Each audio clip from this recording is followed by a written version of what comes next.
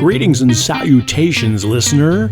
Thank you for joining us again on the podcast. I'm not Coco. And I'm not Daltz. And this week, what are we talking about, Coco? What did we watch last night? On the latest episode of Coco and Daltz, we're reviewing Volume 2, not to be confused with Season 2, of Unsolved Mysteries on Netflix. If you're listening to this in real time, it was just released 2 days ago. On Monday, we are recording this on Wednesday. Yes. It's 6 episodes. They're each in the 35 to 50 minute range. They're really easy to get through. Episode 1 is about a Vietnam War veteran and presidential advisor former who was found dead in a landfill in Delaware. Mm-hmm. Episode 2 is about a lady whose identity is completely unknown who was found dead in a hotel room in Oslo in the 90s. Episode 3 is about a convicted murderer and serial rapist who escaped from a shopping mall in Ohio in the 70s after he and some other convicts were allowed to go Christmas shopping. Why not? It's just as absurd as it sounds. Episode 4 is about the tsunami in Japan in 2011 and how many people in that town saw ghosts for a couple years afterwards. Mm-hmm. So it's not all like murder and kidnapping. There is some paranormal stuff as well.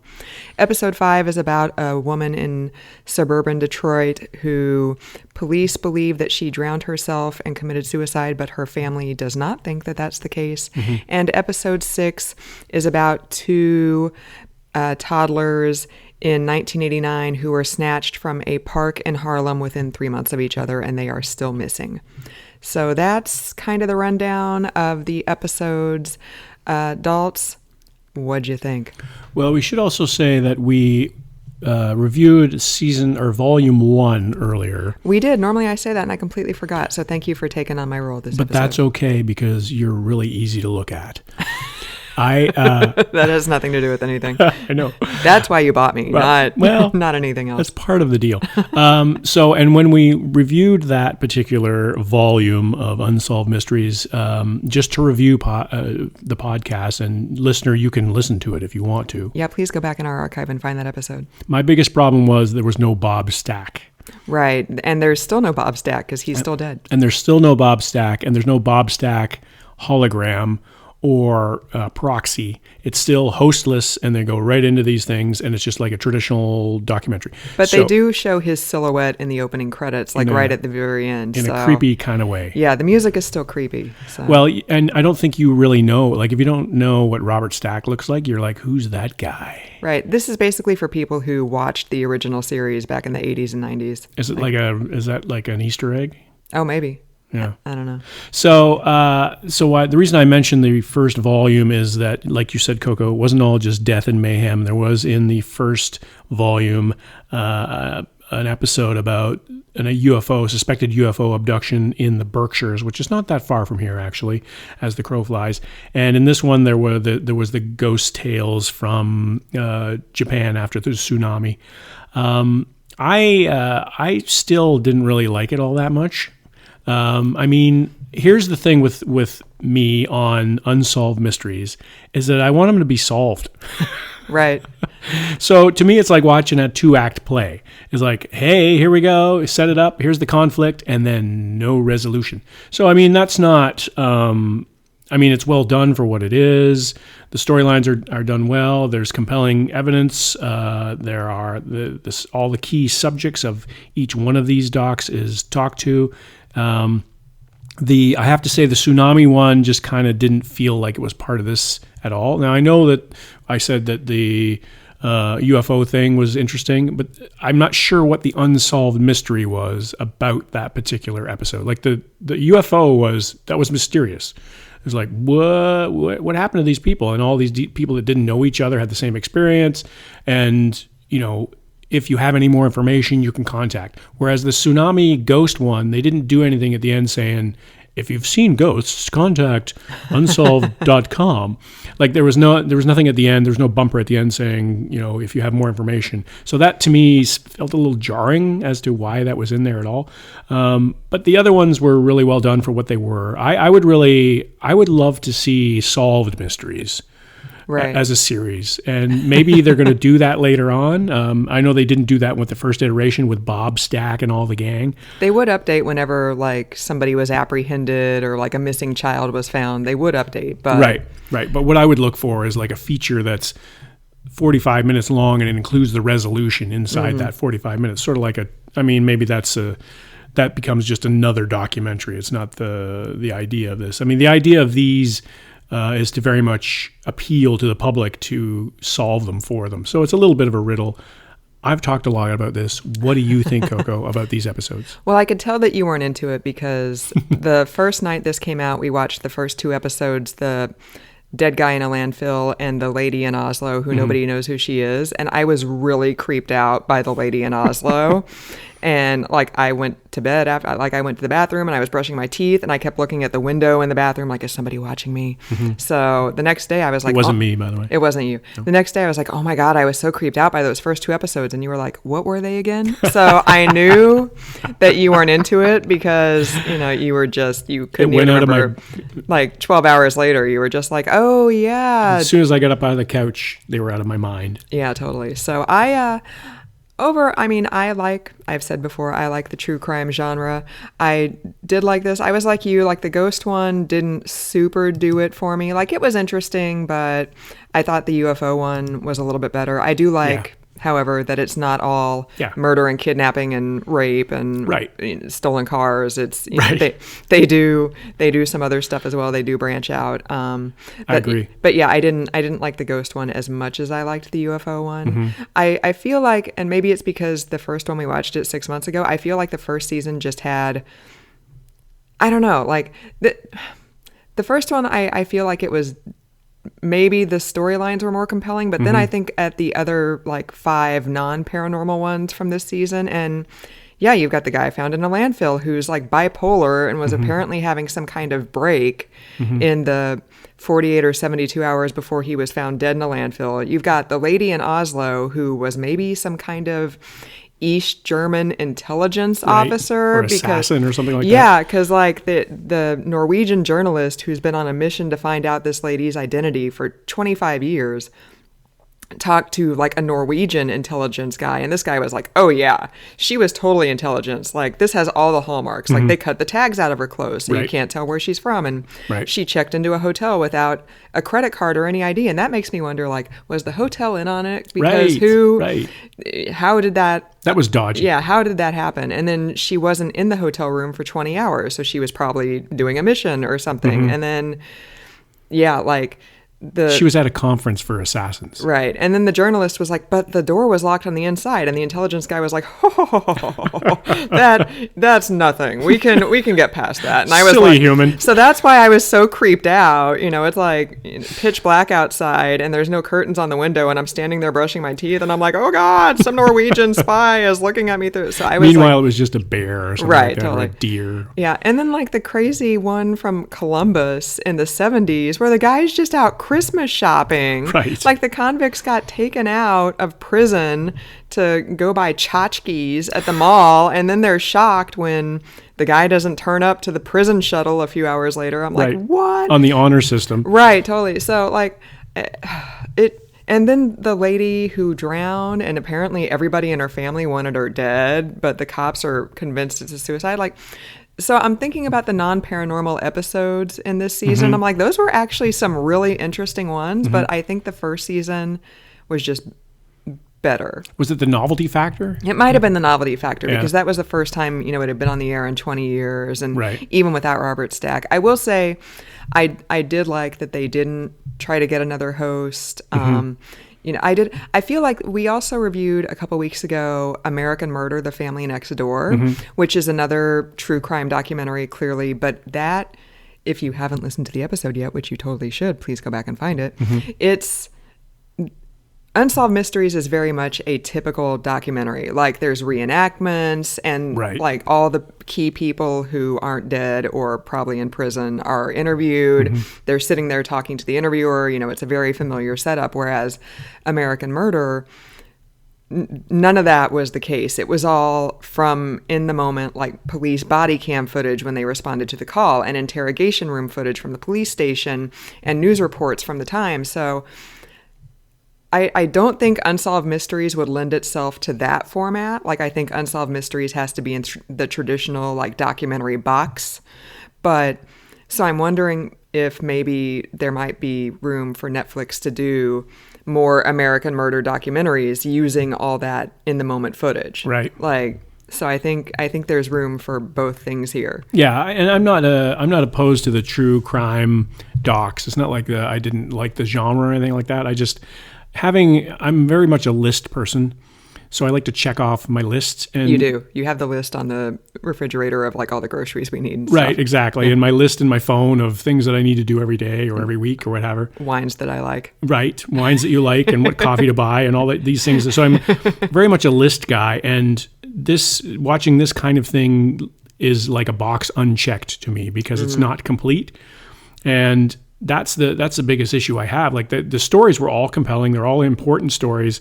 I mean, they're not unique. The other part of that is like one of them was the child abduction from Harlem. That was heartbreaking. Like those mothers who were interviewed. Like oh God, that was. But it was not unusual. Like child abduction is not unusual. I mean, it's heartbreaking, and I'm not minimizing it whatsoever. But these ones seem to be. And then a woman who went missing and then was perceived to have killed herself.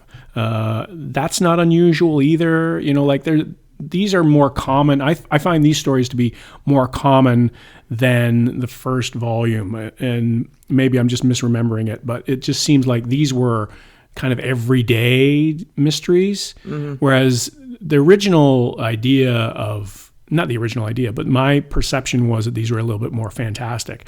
So if this is going to be like a routine where they're doing them every 6 months or something like that, I think this will be a great service to people who are involved with this because you're going to get some clues and you're going to get people saying, oh yeah, I saw that guy. And when the one part that was really fascinating to me was when they were doing the age-specific drawing. So they were pitching ahead on some of these people who were gone missing, like some of the little boys who had been kidnapped, and what they would look like now.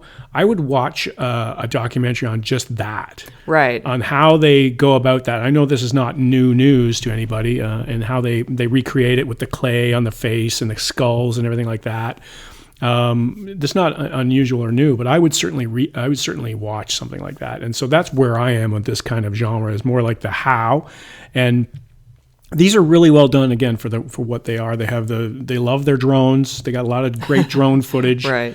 And it sets the tone really well. And the fact that, for example, in the one where the woman goes missing, they actually had the B-roll was all from the wintertime, which is when she disappeared. Mm-hmm. So it wasn't like they were talking about her walking into the lake in February and it actually was June, and it's a completely different thing. So there was some time taken here to do it right. Which I think is the way to go when you're recreating these things. You don't want these fake recreations that just, you can see the guy is clearly not he's clearly 4 feet taller than the description or whatever. Right, it's like Tom Cruise playing Jack Reacher. Like, Jack Reacher looks like Dolph Lundgren in the books, but somehow he got played by Tom Cruise in the movies. I knew that somehow we'd get a Tom Cruise reference into this podcast. I think that's the only Tom Cruise reference I've ever made in any of our podcasts, so I don't know what you're talking about. So I think that this is a good series if you're into this kind of thing. I'm not going to recommend it in terms of just because I don't like unsolved mysteries. Exactly. It's like truth in advertising. Yeah, these are unsolved. But I knew that.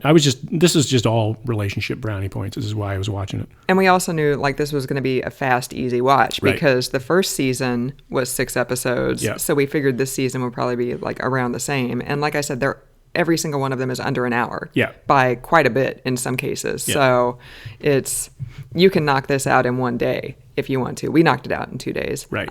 I will say this is also really good for in the time of Corona because you don't need a lot of interaction. Like you can do the documentary style interviews with social distancing. Yeah. And the recreations, I mean, unless 2 people are needed, like unless you need to show somebody snatching a lady as she's trying to get into her car. Like, sometimes you don't need multiple people for that. You just need one actor and a skeleton camera crew. So, maybe there's plenty of unsolved crimes out there. So maybe until things get back to normal and we can go back to full big productions, like, we might be seeing more of this. Like, maybe, one volume will come out a quarter instead of twice a year. What I liked about the recreations, I'm not a big fan of recreations generally, but they seem to have gotten, for the most part, the cooperation of all the principals involved. So when I say that, it looked like they had Grosse Pointe Farms police cars when they were doing these recreations. And whether these were, they didn't look like they were CGI'd or anything like that. They looked like they were the legit thing. And when the woman was disappearing from the church, they had the church in question, and they had all the cars and everything like that. Like, it seems like they're doing as best a job as they can to recreate these things as authentically as possible. But it's still, again, I go back to it as like, yeah, I need a resolution. Sorry. It's not your fault. Sorry that you went into it knowing you were going to be disappointed. So you would not recommend it because of the no resolution, but otherwise, what would you give it? I would, well, I think if you know it going in, like if you know it's unsolved, then you're probably going to like it. And I mean, I knew it was unsolved, but like I said, relationship brownie points. But I would say it was a good, I don't know, reporter notebook, reporter and a half notebook up. That's a really strained rating. Like maybe 1.5 sirens up. I don't know. There we go. Yeah. I'd give it like a B. Would you? I'd give it a solid B. Yeah, the production. Oh, you didn't like it as much? Well, I'm trying to think of what I've given like A's to, and I try to like go based on that. Like, I wouldn't. Our Love, you've given Our Love A's. Our Love is like an A+++. It's like the Godfather Part 1 of love. Godfather, Jaws, and L.A. Confidential. L.A. Confidential, all wrapped up into one. Coming to America. Major League. Yeah. Now, who's earning the valuable relationship points now? Right, totes. So yeah, so I'd give it a solid B. The production values were good. The storylines were all interesting. The paranormal one was the least interesting one of the bunch, but it was still interesting. But I did notice myself like yawning and fidgeting more through it, but that might have also been the fact that it was the very last one that we watched right before bedtime on day 2, so I was just really tired. And it was also longer too. It was longer. It was 45 minutes or so. It was one of the longer ones. I noticed you were fidgeting a lot during that one too. Yeah, so. I think there was a couple of times when I got up and did stuff too. Yeah, and you were just like, oh, you don't have to pause it. Yeah, just like, I can watch it from the kitchen. Yeah, I'm gonna go empty the trash. I'm going to go to the bathroom. Don't pause it, and it'll be fine. Yeah. I did like the paranormal one for its uniqueness. That was an interesting story, and also the monk guy who was helping out, he gave it some legitimacy too. So, again, I thought it was out of place, but as a story, I thought it was very interesting. And that's another thing. It took place in Japan, and they don't limit themselves to just America. So in this season, they had a mystery in Norway and a mystery in Japan. In season 1, they had a mystery in France, and they might have gone somewhere else that season too. So I like that it's not just because the world is so small today from a communication standpoint. Like, I can open up Facebook and the world is at my fingers, or Google or whatever. So it's such a small world, and you never know. Like, maybe somebody in America who went to college with that East German spy lady in the late 80s is like, oh yeah, I know who that is. Yeah. So I thought that was really interesting. That was a good little story. But I can see why they did that. Like, you're not going to really have that kind of thing in the States. I mean, it probably exists in the States, but I don't think you're going to get the cooperation of like Interpol and the equivalent, the FBI and CIA and stuff like that. So I thought that was a very interesting little story in itself. But again, like, I want to know what happened. I'm dying to know what happened. Right, totally. I'm shocked that lady's DNA didn't pop anywhere. Like, no matches popped anywhere. Like, even like a familial match for somebody. Well, maybe there's a thread here. Maybe she was from the UFO from Volume 1 in the Berkshires, and she landed then and then became part of society. Yeah, they did say that they believed her birth date to be between 70 and 72, and I think that UFO incident happened in the late 60s. So, hey, Norwegian investigative journalist, call Coco and Daltz. We solved this sucker for you. This is what we should do. We should solve them all. Oh, Yes. clearly the guy was ordering pizza. He wasn't anywhere close to the murder scene. The crime-fighting podcasting duo. From our armchairs in suburban Connecticut. Well, if you would like to call us and have us solve your crime or whatever. Or order us pizza. Oh, yeah, please. As long as the crust is vegan. You can get a hold of us at cocoandadults@gmail.com. You can find us on Facebook and Twitter at Coco and Dalts. You can find us on the interwebs where we review things that we don't talk about on the podcast at cocoandadults.com. But if you'd like to stick to the podcast, you can find us on Apple Podcasts. Please rate and review us there. Pandora, Spotify, Stitcher, SoundCloud, TuneIn, Google Play, iHeartRadio. I've been forgetting to mention that one the past few times. I'm sorry. IMDb, Ghana if you're in India, and we are also now on Amazon Music. So we are very excited about that. Please find us on Amazon. So if we are the oxygen to the podcast world, would we be on iLungs Radio? You can't see it, listener, but I'm giving Daltz a look like I just smelled a fart. So that probably will get edited out. But thanks for joining us, listener, for another week. I'm not Coco. And I'm not Daltz.